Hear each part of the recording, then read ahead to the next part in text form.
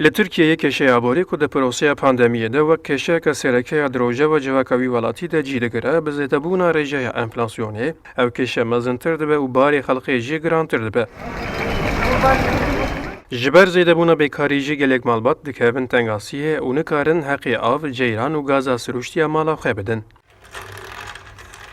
Nivîskarê Kurd İlhamî Işık ku di sosyal medyayê de bi 10,000 şopînerên wî hene, bi rêbazeke serinjrakêş hewla çareserkirina vê keşeyê dide. Işık di proseya pandemiyê de fatûreyên ku xelk jêra dişîne li ser hesaba xwe ya Twitterê belav dike û kesên xêrxas jî alîkariyê dike bi wî awayî deynê ji zêdeyî 11,000 malbatan têne dayîn.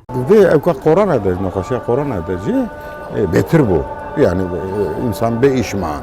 O tane yani o kira zedeye fatura ber zaman zedet ve ne karın beden yani fatura yok.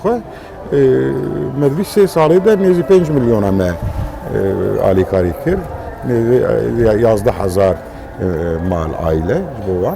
Ew deynên bi mehan serhew de kom bûne bi vê hilmeta balkêş têne dayîn û gelek malbat ji bareke giran tê xelas kirin. En ziyade İstanbul. Şu İstanbul heşteyek bajar. Duvi de bajarı kurban. Yani Diyarbakır, Batman, Van, Urfa betirin yani.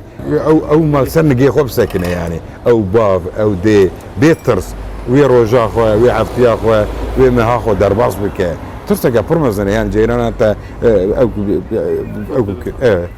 ya jî avata bibirim yani tiştek zortur heye. Li gorî lêkolîneke ji aliyê zankoya li wî welatî ve hatiye kirin ji her 10 hemwelatiyan 7 kes nikarin debara mala xwe bikin û ji aliyê aboriyê ve zehmetiyan dikêşînin. Ercan Kurdistan 24 İstanbul.